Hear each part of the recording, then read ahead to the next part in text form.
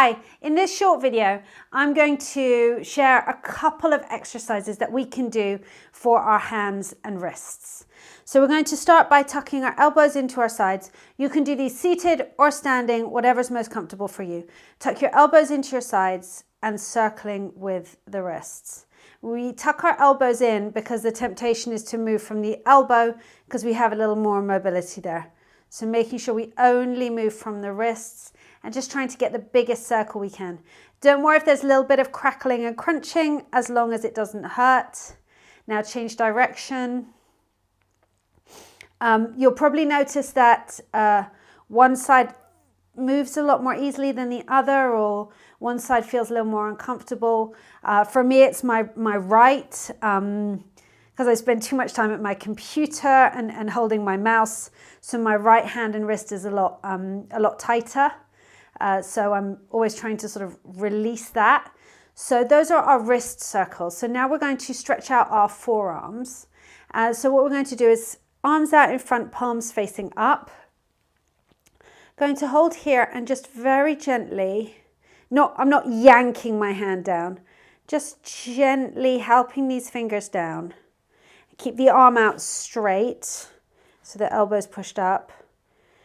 Gently pulling these fingers back just to get a bit of a stretch here in the forearm. Lovely. This should be gentle, we don't want anything sharp at all. Just a gentle stretch and release. Good. Palms up again. Other side. Push the elbow up, fully straight arm, and then stretching down. Again, just pulling gently through the hand and the fingers. Feeling a bit of a stretch here in the forearm. Lovely, great, good. And release and give those arms a shake. Now we're going to do an exercise with our fingers. And really important there's lots of reasons actually why we need to do these hand and wrist exercises. So we need good mobility. We need to be able to do the things we want and need to do. So we need to be able to move our wrists and our fingers enough. And especially for these fine motor skills, things like doing up buttons, for example, we need to have the strength and the flexibility in our fingers to do that. So what we're going to do is tap the pads of the fingers to the thumb. Good. And just moving backwards and forwards. You can do one hand at a time, or you can do them both together, whichever you prefer. So we're just tapping the pads of the fingers to the thumb. And there are two things we can do on this one. We can press hard for a couple of seconds. Press hard.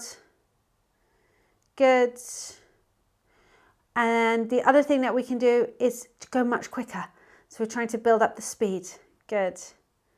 And probably one hand will be easier than the other. Good. And so we're stretching a bit through the fingers.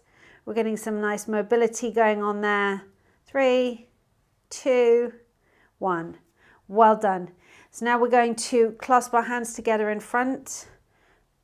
Turn them over. Push them out in front. Good. And release.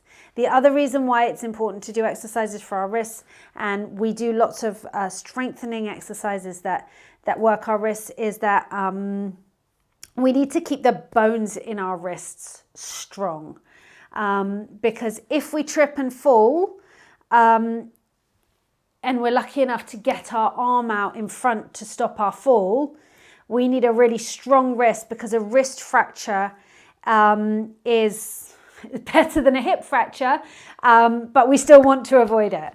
So the stronger those wrists are, the less likely we are to break our wrist if we do have to stop a fall. So we want to do lots of exercises to strengthen the muscles and bones in our wrists, and then all these hand exercises as well will make all these everyday activities much easier. You'll find buttons, opening jars, opening water bottles, maybe even wine bottles, whatever bottles you're trying to open will be a little bit easier.